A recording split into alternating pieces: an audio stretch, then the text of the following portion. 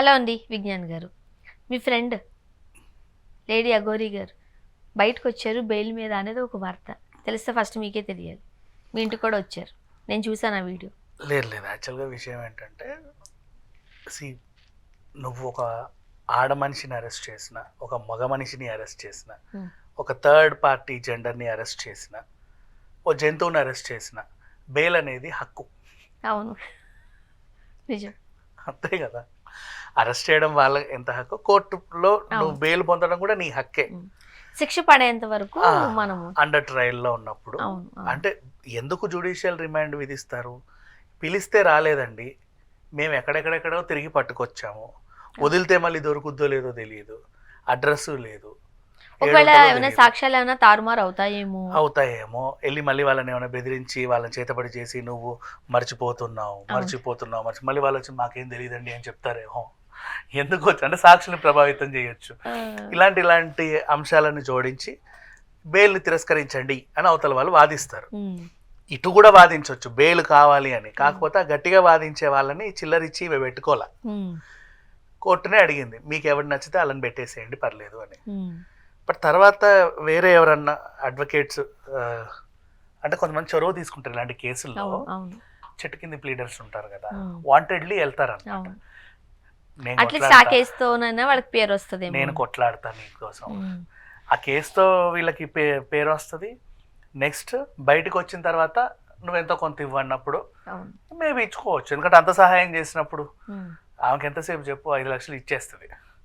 So ఏమో అఘోరీలు అంటే అసలు ఏం వదిలేసుకుంటారు కదబ్బా, మళ్ళీ టాపిక్ డైవర్ట్ అవుతుందేమో. ఏంటిది పూజకి 10 లక్షలు ఇచ్చి అకౌంట్ లోనే వేయించుకుంటుంది కదా. సో మేబీ ఇవి ఇచ్చినా ఆశ్చర్యం లేదు. మేబీ జైల్లో ఏమన్నా కూడా పూజలు చేసి ఉండొచ్చు అంటారా? అవే ఉండవులే. అంటే నేను నమ్మను బేసికల్లీ. ఇప్పుడు ఈ చేతబడులు ఈ బాణమతులు ఇవన్నీ నేను నమ్మను. బికాజ్ నీకు ఒక మనిషిని కూడా తీసుకెళ్లే మాయనదే ఉంటే నీ దగ్గరికి పోలీసులు రాకుండా కూడా నువ్వు మాయ చేయొచ్చు, నిన్ను అరెస్ట్ చేయకుండా కూడా నువ్వు మాయ చేయొచ్చు కదా, నువ్వు జైలుకి వెళ్ళకుండా కూడా నువ్వు మాయ చేయొచ్చు, నువ్వు జడ్జి గారిని కూడా మాయ చేయొచ్చు. ఇట్లాగే నిన్ను చూసేసి ఈ కేసు కొట్టేస్తున్నాను అని మరి అంతమందిని మాయ చేయొచ్చు. నువ్వు నీ ఆపోజిట్ అడ్వకేట్ని కూడా మాయ చేయొచ్చు. నీకు మాయ చేయడమే తత్వం ఉంటే ఆ లేడీ ప్రొడ్యూసర్ని కూడా నువ్వు మాయ చేస్తే ఆమె అసలు కేసు పెట్టేదే కాదు.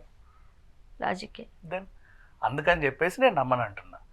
సో ఈ శ్రీవర్షిని వశీకరణ చేసిందంటే నేను ఇప్పటికే ఒప్పుకోను. వై? బికాస్ ఆ పిల్ల ఏదో నచ్చింది. వశీకరణలు ఉన్నాయంటారు కదబ్బా, ఎక్కడ దాని మీద సినిమాలు వచ్చాయి అంతే. చేతబడులు బాణమతులు వశీకరణలు చాలా మంది చేస్తారు వశీకరణలు. I don't believe in that. Because నీ మైండ్ ఒకరి కంట్రోల్లోకి తీసుకెళ్ళొచ్చేమో, బట్ మేబీ అది కొద్దిసేపు ఏమో ఉండొచ్చు. 7th సెన్స్లో ఇట్లా చూసిన వెంటనే మనిషి మారిపోయే అంత కూడా ఉండదు. సరే, మొత్తానికైతే బెయిల్ అనేది మనిషికి ఉన్న హక్కు. సో ఏదో రకంగా బయటికి రావాలి కాబట్టి ఇప్పుడు ఎట్లా కోర్టు సెలవులు కూడా అయిపోతున్నాయి.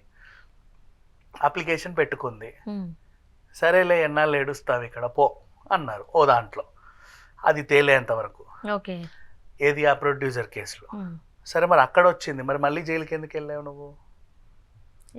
ఇంకో కేసు ఉంది కదా కొత్తపల్లి పోలీస్ స్టేషన్లో, నన్ను ఆ కెనాల్ మీదకి పిలిచి నన్ను కూడా ఏదో చేసి పెళ్లి చేసేసుకుంది, లైంగికంగా వేధించింది, ఎక్కడ పడితే అక్కడ చేతులు వేసేసింది, నన్ను చంపేస్తా అని బెదిరించింది. ఇలాంటివి ఓ 6 సెక్షన్లు పెట్టారు.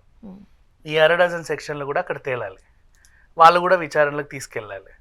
సో అది కూడా దాంట్లో కూడా బెయిల్ వస్తే ఈవిడ విముక్తి, బయట తిరగొచ్చు. మళ్ళీ ఆవిడ కారుని సీజ్ చేశారు, మరి ఆ కారు రిటర్న్ ఇస్తారో లేదో తెలియదు. ఫోన్లని సీజ్ చేశారు, ఎందుకంటే నువ్వు ఒక ఆర్థిక నేరంలో నువ్వు పట్టుబడినప్పుడు నీ దగ్గర ఉన్న ప్రాపర్టీని అంతా సీజ్ చేస్తారు. ఆ కేసుకు సంబంధించిన విషయాలన్నీ తేలేంత వరకు. బికాజ్ నువ్వు 10 లక్షలు తీసుకున్నావని ఆధారాలు ఉన్నాయి, మరి 10 లక్షలు ఇవ్వు. నా దగ్గర లేవు, నీ దగ్గర 5 లక్షలే దొరికాయి. మరి ఆ 10 లక్షల బదులు ఈ కారు, నీ ఫోను, నీ సరంజామా, నీ చేతులకు ఉండే కడ్డీలు, కాళ్ళకు ఉండే కడ్డీలు అవన్నీ తీసుకుంటారు. నువ్వు ఏదైనా ఫ్లాట్లో కానీ ఇంట్లో కానీ ఉంటే ఇంటికి కూడా తాళాలేస్తారు. అది నేరం రుజువయ్యేంత వరకు. సో ఇట్లాంటి నువ్వు సిస్టంలో ఆన్లైన్లో చేస్తే ఆ సిస్టంలో ల్యాప్టాప్లు అన్ని పట్టుకెళ్ళరు, అట్లాగే ఇది కూడా అంతే.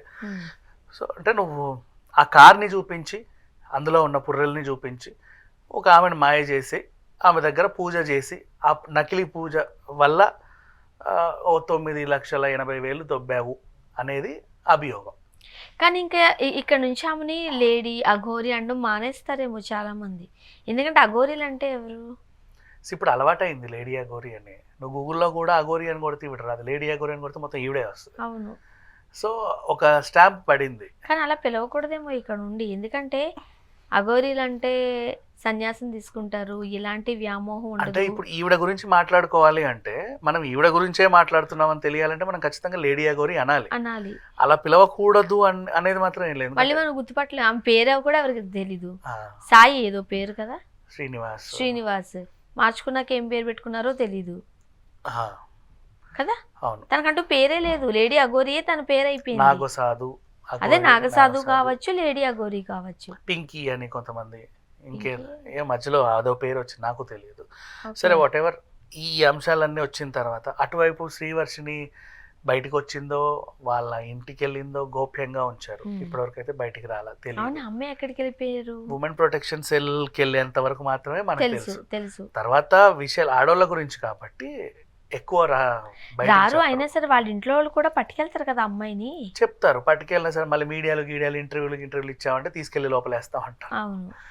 ఎందుకంటే సమాచారం ఇవ్వకూడదు. ఇప్పుడు నీ ప్రాబ్లం ఏంటి? నీ కూతురు మీకు కావాలి అంతే కదా. మరి నువ్వు తీసుకొచ్చి మీడియా ముందు పెడితే మళ్ళీ వచ్చి పట్టుకెళ్ళొద్దు అగోరి. అవును. బట్ ఆ అమ్మాయి పారిపోయింది అనుకో మళ్ళీ. ఆమె పారిపోవాలంటే అగోరికి టచ్లోకి రావాలి. ఓకే. లాస్ట్ టైం నిన్ను నమ్మి ఫోన్ ఇస్తే నువ్వు రాత్రి వెళ్ళావు. ఇప్పుడు ఆ పనులు చేయరు కదా వాళ్ళు. ఖచ్చితంగా తీసుకెళ్ళి లోపలే ఉంచుతారు. అసలు వచ్చిందో రాలేదో కూడా ఎవరికి తెలియదు. ఇక అగోరికి అంటావా, ఇందులో ఒక దాంట్లో అయితే బెయిల్ వచ్చింది. మొత్తం 3 కేసులు కదా అమ్మాయిపై ఉన్నవి. 3 అంటే ఆ ముసుగు మనిషి పెట్టినది అయితే అడ్రస్ లేని కేసు, దాన్ని ఎవడు పట్టించుకోడు. ఓకే. అదొక వేస్ట్ కేసు. వాళ్ళు ఎవరో కావాలని ఊరికే ఫేమస్ అవ్వాలని పెట్టారు. ఇదైతే ఆర్థిక నేరం, ట్రాన్సాక్షన్స్ అన్నీ క్లియర్గా ఉన్నాయి. ఆ కొత్తపల్లిది కూడా ఆవిడ ఏదో 3 లక్షలు ఎంతో డిమాండ్ చేస్తుంది. ఆ ట్రాన్సాక్షన్ నిజమైతే అందులోనూ కూడా ఈవిడ కొంచెం బెయిల్ తీసుకోవాల్సి ఉంటుంది. ఓకే. ఇప్పుడు బెయిల్ తీసుకోవడానికైనా దానికైనా కూడా డబ్బులు కావాలి. ఇప్పుడు వచ్చిన తర్వాత మళ్ళీ ఆమె ఇక్కడే ఉంటుందా, లేకపోతే మళ్ళీ హిమాలయాలకు పారిపోతే ఏంటి పరిస్థితి? ఇప్పుడు అఘోరి మంచి బిజినెస్ తెలుసా జనాలకి. ఇప్పుడు ఆమెకు బెయిల్ ఇచ్చి ఎవరైనా బయటికి తీసుకొచ్చి ఆమెతో పీఠం కూడా పెట్టి ఎక్కించుకోవచ్చు. ఎందుకు? నమ్మేవాళ్ళు నమ్ముతారే, వేణుస్వామిని నమ్మట్లే, అందరు నమ్ముతారు, నమ్మేవాళ్ళు ఉంటారు మా. ఓకే.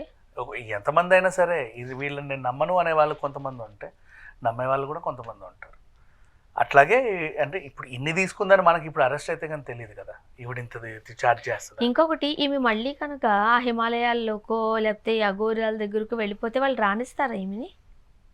రానివ్వచ్చు. బికాజ్ నువ్వు ఒక అఖాడాకి చెందితే నిన్ను అక్కడ యాక్సెప్ట్ చేయడమో లేకపోతే బహిష్కరించడమో జరుగుద్ది. నువ్వు ఇండిపెండెంట్ అఘోరివి, నువ్వు ఏ అఖాడాకి చెందిన దానివి కాదు. అయినా సరే ఆ పేరు పెట్టుకుని తిరిగితే తప్పు అని వాళ్ళు చెప్పరా? వాళ్ళు ఏం చెప్పరు. ఇండిపెండెంట్ అఘోరీలు బోల్డ్ ఎంతమంది ఉంటారు. ఎవరైనా అవ్వచ్చు. మన ఇద్దరం కూడా అవ్వచ్చు. నేను అవ్వను సీరియస్ గానే. సో మీరు అవ్వండి. అయ్యి అక్కడ ఇండిపెండెంట్ అఘోరీలు ఉంటారు. ఓకే. వాళ్ళకి నియమ నిబంధనలు ఉండవు, వాళ్ళని కంట్రోల్ చేసే వాళ్ళు ఉండరు, వాళ్ళకంటూ ఒక హెడ్ ఉండరు. నాకు నేనే హెడ్, నాకు నేనే ఇది అని తిరుగుతా. ఈసారి బయటకు వచ్చిన తర్వాత మాత్రం ఖచ్చితంగా ఆ జైలు ఎక్స్పీరియన్స్ ఏంటి, ఆ మొక్కదే వస్తుందా, ఎవరన్నా కూడా పట్టుకొస్తుందా అని భయం నాకు. ఆడకైదులను కూడా పెళ్లి చేసుకొని బయటకు వస్తుందా, ఇలాంటి డౌట్లు ఉంటాయి. కామన్. బయటకు వస్తే కానీ తెలియదు. Thank you.